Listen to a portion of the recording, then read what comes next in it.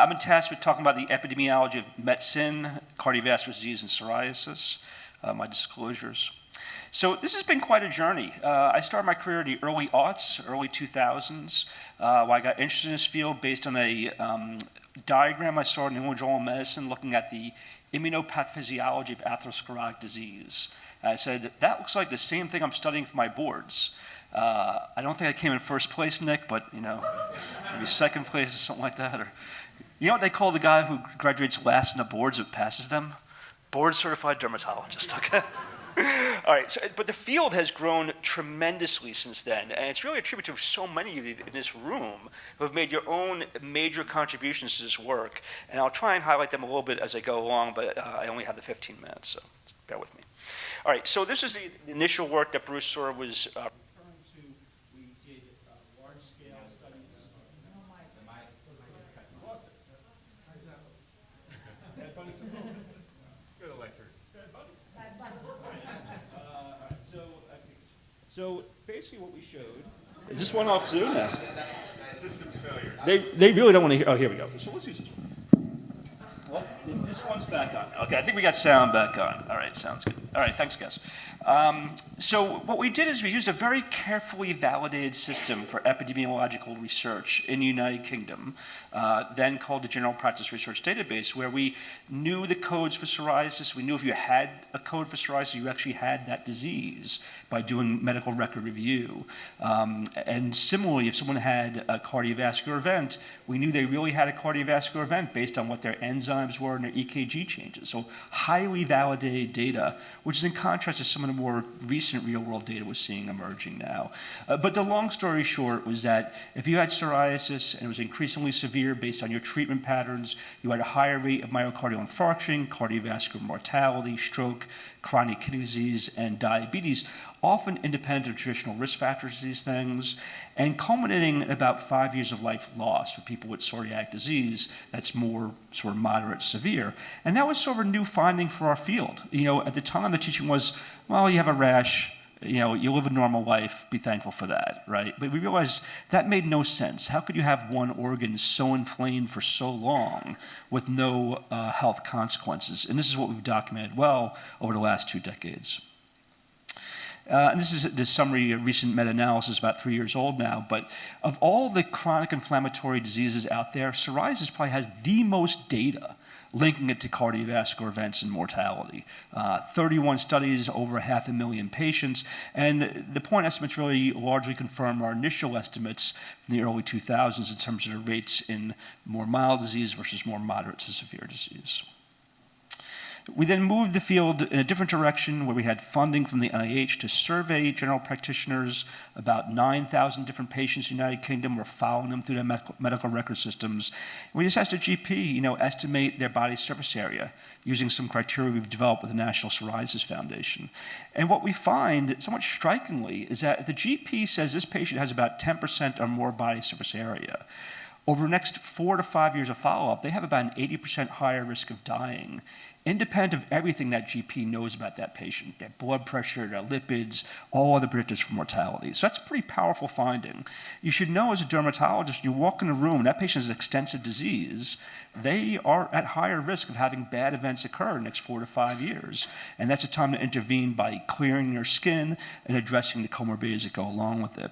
Another study we did showed that as you go up in body surface area by every 10%, you have a 20% higher risk of developing diabetes over time. That's independent of your body weight. So there's more evidence that increasing objective measurement of skin disease results in worse outcomes for patients over a fairly short period of time. This is from Mona Stala's group. She's one of our counselors. Another prospective study in Sweden, a smaller study given the circumstances, 700 some odd patients, but she shows very clearly nice dose response of the PASI score leading to cardiovascular events independent of cardiovascular risk factors. And for every, for every 1 point increase in PASI, she had about a 4% increase in cardiovascular risk. And we haven't published this yet, but we have presented it in meetings an abstract formulation, a very similar estimate from our own data from UK. So it's a pretty powerful finding that simple measurements of skin disease have a dose-response reaction to cardiovascular events. Moving now towards more metabolic disease, my thesis, and the thesis I think we should think about today, is that I think obesity is a root cause of psoriasis and a disease-modifying factor in psoriatic disease. Okay, we know from well-done epidemiological studies that the more increasing BMI a patient has, the more likely they are to develop psoriasis over time. We know from our studies shown in the histogram on the right that as you go from sort of mild disease to moderate in blue to severe disease in red, you have a dose response and the likelihood of obesity, right? So it means your psoriasis is going to be more severe. There's Mendelian randomization studies, genetic studies, indicating that people who inherit genes that make them more likely to be obese are more likely to develop psoriasis, suggesting a causal relationship between these two conditions. And of course, on disease modification, not only disease is more severe, but they tend not to respond to treatment as well. They tend to lose response to biologics more, and we know it's a risk factor of developing psoriatic arthritis. So stated another way, if we could eliminate obesity, we could potentially lower the risk of developing psoriasis, reduce the risk of developing PSA amongst people with psoriasis, and help people have a more easy to treat course of the disease. But that's not where we are currently. So a recent study we did in the US, in a large pragmatic trial I was doing of patients coming into the office of phototherapy, the average BMI was 30. So that means that on average, our patients would qualify for GLP-1 medications. And also work by Paolo Gisante's group really shows a marked increased incidence of fatty liver disease, which is driven by central obesity and visceral adiposity, another aspect that contributes to psoriatic inflammation and adverse outcomes. So I want to profile some work by Ravi Ramaswamy, and you're going to be the first people to hear this data. Oh, maybe the second people to hear this data. But so Ravi is an expert in Mendelian randomization, where the technique is you look at the genes that patients inherit as proxies for different protein exposures. So in this case, you look at the GLP-1 receptor signaling pathway and genetically proxy it for people who have increased signaling of that. So basically, it's as if they're taking a GLP-1 agonism, and say, well, what happens? You've had this from birth, you got this from your parents, so it's sort of random. And what he found is that if you have increased GLP-1 agonism, you develop less psoriasis, less psoriatic arthritis, with no impact on other inflammatory diseases, things like acne, asthma, atopic eczema, multiple sclerosis, or ulcerative colitis. And in fact, some diseases like Crohn's or RA seem to have a higher risk of developing when people have genetically proxied GLP-1 agonism. So this is under review right now at JAMA Derm, and it's online in a pre-pub format, MedRx. But I think it's a really profound finding, and I think re-emphasizes the critically direct relationship between psoriasis and obesity that I don't think we have the same level of data for other chronic inflammatory diseases. All right, so this is more work linking incretins, which is what GLP-1 pathway is really about. And on the right side of the screen, yeah, you're right, is work by Johan Johnson, who I've been collaborating with. And what Johan shows is that the regulatory T cells in the skin of people with psoriasis express the GLP-1 receptor. So that means there's an opportunity for GLP-1 receptor agonism to directly influence the immunology of psoriasis. There's also indirect evidence that GLP-1 receptor agonism lowers IL-17 and TNF in the blood of patients.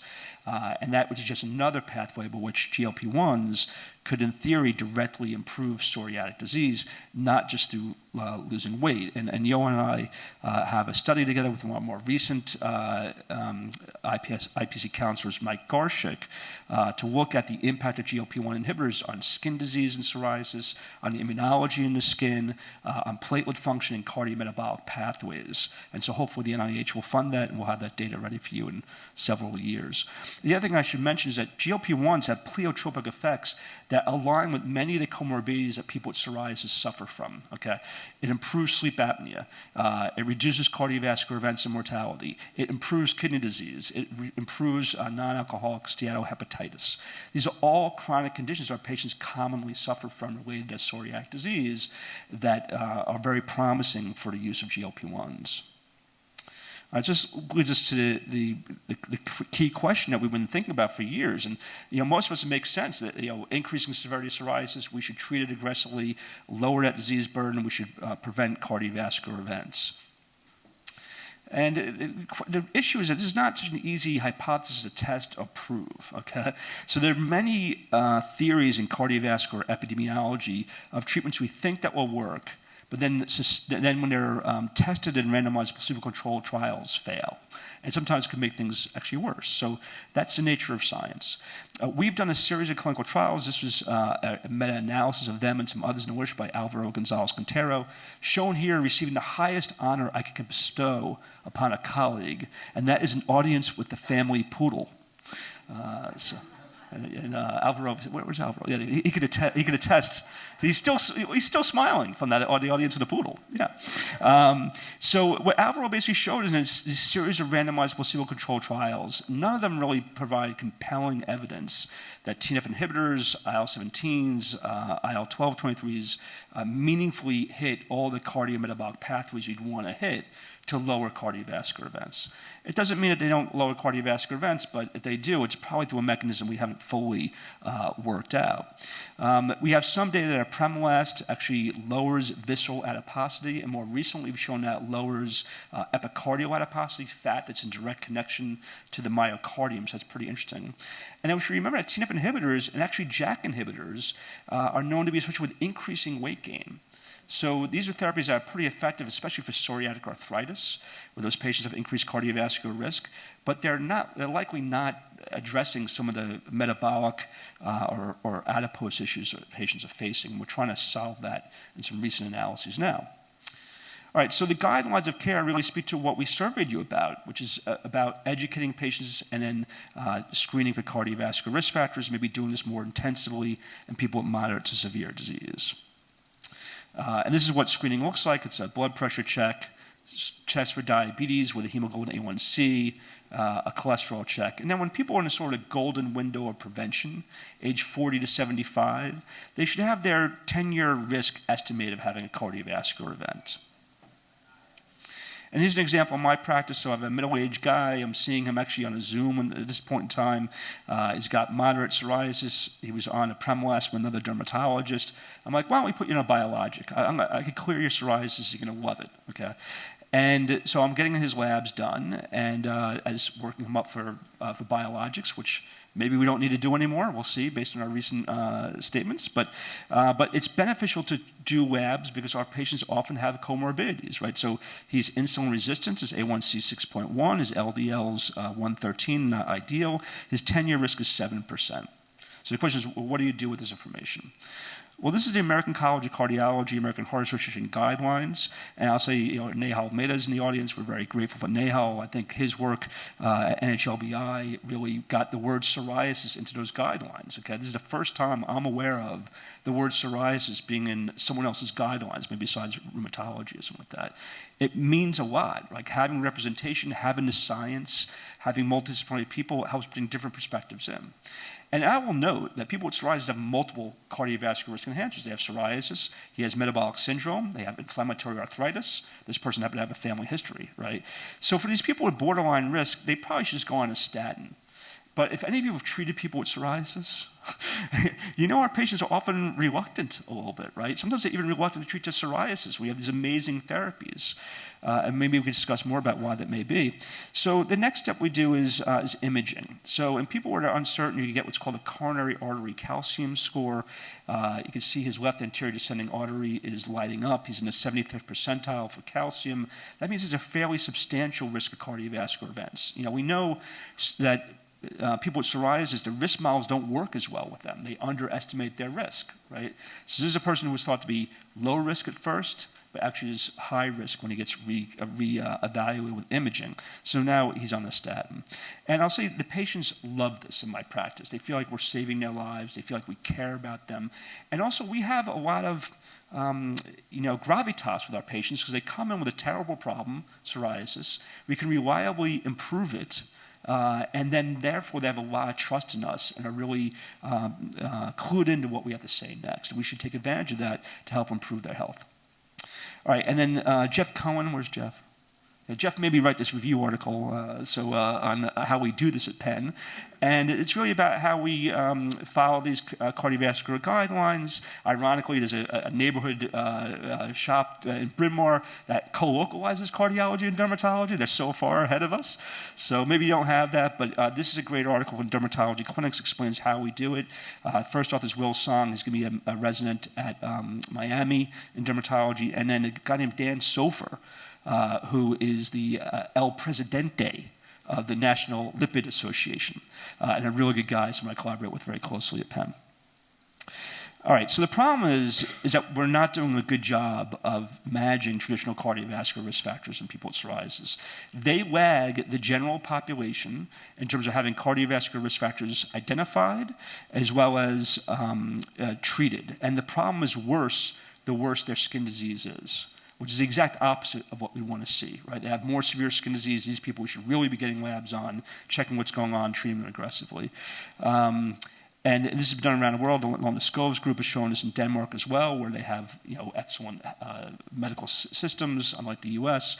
And we did a study in the U.S. looking at CDC data and found that what dermatologists actually do is less than 3% of the time when they're seeing a patient with psoriasis 40 or older are they checking cholesterol. About 5% of the time they're checking blood pressure. Okay, so we complete surveys, but this is actually what was happening. Okay, and that's pretty abysmal. We need to improve that. And part of this problem, this is brought up by Annika Smith, one of our newest counselors. She's from Australia. She surveyed the community of clinicians in Australia and found that less than a third of primary care doctors had any idea that psoriasis is related to cardiovascular disease. Now imagine the patient's experience. You say, oh, your rash puts you at high risk of cardiovascular disease. You need to see your primary care doctor to get these labs done.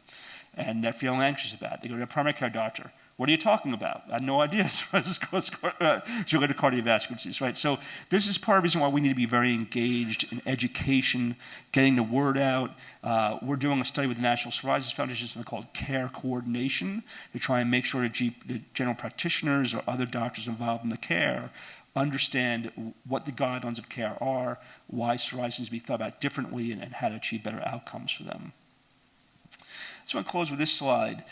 This is, I think, our updated estimate of the psoriasis and cardiovascular disease conceptual framework, where really I think it is that you have shared genetic factors that drive coronary artery disease that could cause psoriasis, and of course all the factors we know about psoriasis could probably cause cardiovascular disease. And so what you need to think about this when you're in your office and someone's 50 years old shows up with their first bout of psoriasis, and we know the incidence of psoriasis increases with age. Well, you may be really looking at atherosclerotic inflammation driving skin inflammation in that setting, right? And so whether the direction's from the heart to the skin or from the skin to the heart, it doesn't really matter. The issue is the same. We got clear skin inflammation. We need to address underlying cardiovascular risk factors, treat them aggressively. This is just a summary slide here. I Googled heart-shaped psoriasis plaque, and some patient posted a plaque on their bottom that shows it looks kind of like a psoriasis plaque, if you will. But I just want to make a couple of points. Others in this audience have showed that the risk of cardiometabolic disease, cardiovascular events, is related to psoriasis severity and is comparable in risk to RA and diabetes. Right? So it's clinically meaningful for our patients. It's likely a bidirectional risk, and that raises the question, maybe treating cardiovascular disease would improve psoriasis. There's some data that statins improve skin disease and they lower psoriatic arthritis risk. Better studies need to be done. Clearly, GLP-1s seem to be very promising, but there's not enough well-designed trials in that yet as well. We need more rigorous data about the effect of our modern therapies for psoriasis, especially IL-23s. There really are no randomized placebo-controlled trials of IL-23 inhibitors looking at, in a detailed way, at cardiovascular benefit.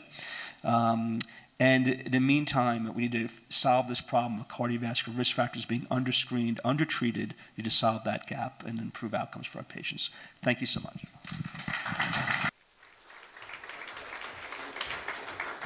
Let's just take a couple questions so we can stay on time. Anyone have a question for Joel? Andy? Can you comment on angio-CT? Because the angio-CT data done by you and Nahal suggests improvement, but you don't seem to ever mention it. I know it's uncontrolled, but it's exciting data for me. Yeah, so the thing about cardiovascular imaging studies is that once you talk to that patient and put them in a tube, things get better. That's pretty traditional, and it's why you have to have randomized controlled trials to sort this out. It's encouraging. It's certainly not going the direction we want it. It's not going the opposite direction, which would be possible. So I would say that data is encouraging, but it needs to be confirmed by ideally randomized controlled trials, and then followed up by event-driven trials. I was compelled by the GLP data. That's Yeah. really incredible. Yeah.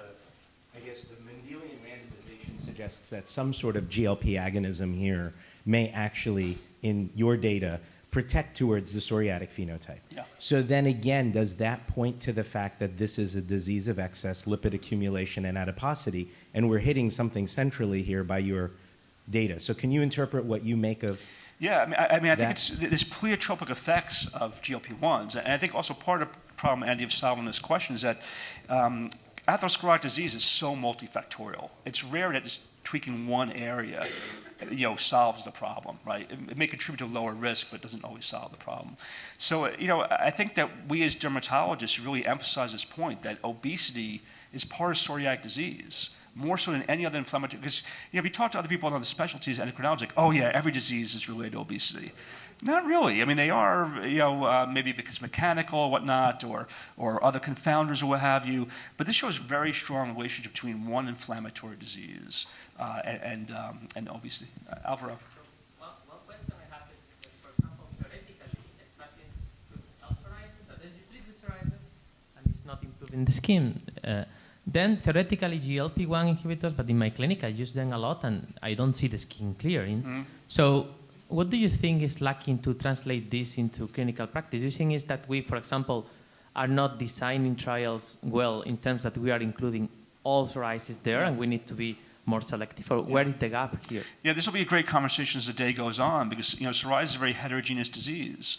People with early onset disease maybe more HLA-6 driven disease, and those people respond very well to IL-23s and 17s, for example. Then you have later onset disease, which may be more disease of the innate immune system and other pathways. So maybe what their underlying genetic makeup is. And my sense is that these therapies are not going to be like IL-17s and 23s. It's not going to clear the patient. But they're likely to improve their trajectory of a chronic disease such that over time they would require less medical therapy for psoriasis, would get less arthritis or less significant arthritis, things of that nature. So it's a shifting in a direction as opposed to what we see with some of our modern therapeutics where they're 100% clear. One more question, Aaron. Yeah. Yes, thank you very much. Just one comment. There is a group of family physicians. I work with them in my position in Claritas management, and they do a lot of conferences very similar to our conference. Have you ever thought that making a joint meeting or a discussion with those leaders in family care about our recommendations to screen and treat patients with psoriasis and metabolic syndrome? Yeah, this is a great question, Arnon. In the United States, there's this whole field called preventative cardiology. It grew out of the field of lipidology and genetics. And so those folks are very interested in the field of inflammation and cardiovascular disease. A guy named Paul Ridker did work suggesting about a third of patients have what's called residual inflammatory risk that's not addressed by current therapies. So there's a lot of multidisciplinary conferences in the U.S. bringing together rheumatologists, dermatologists, and cardiologists, of course. But you're right, the family practitioners in our system are often not at the table, likely due to the complex way our systems function or don't function in the U.S. So that's why I'm saying, I'm very, very quickly, that's why I'm saying this is a global group. They take doctors all over the world, and they don't think like cardiologists. Yeah. They think like general physicians.